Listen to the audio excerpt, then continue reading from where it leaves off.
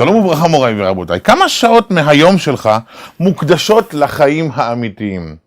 כמה ימים מהחיים שלנו בכלל מוקדשים לחיות ולא רק להתכונן לחיים? השעות של השנה מוקדשות בכדי שנהיה ערניים במהלך השעות של החיים. השעות של האוכל מוקדשות בכדי שנהיה מספיק שבעים לשעות של העבודה, שנועדו לגייס כסף בכדי לחיות. מתי הם אותם חיים בהם אנחנו חיים באמת ולא רק מתכוננים לחיים? האם מדובר רק באותן ימים נדירים שאנחנו יוצאים לנופש? האם באותן שעות קשות שאנחנו מתלווים עם כל בני המשפחה לאיזושהי מסעדה רחוקה? שימו לב טוב, ישנם מספיק אנשים שלא מספיקים לחיות.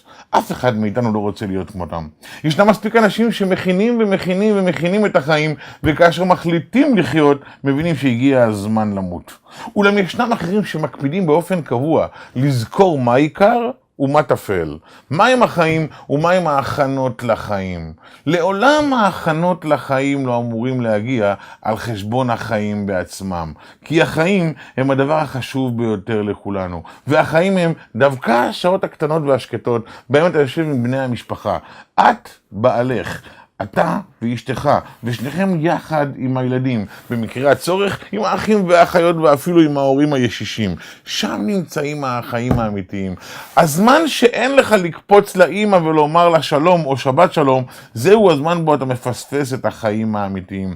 הזמן אותו אין לך לשבת עם הילדים ביחד לארוחת ערב, זהו הזמן בו אתה מפספס את החיים האמיתיים. והחשוב ביותר, הזמן אותו אין לך לשבת עם הצעירים ולהסביר להם על החיים וללמד אותם מה הם אורחות חיים ואיך מתנהגים, מהו צדק, מהו יושר. זהו הזמן שבו אתה מפספס את החיים. החיים האמיתיים שלנו הם החיים של התוכן, ותמיד צריכים להקפיד שההכנות לחיים לא יבואו על חשבון החיים חלילה.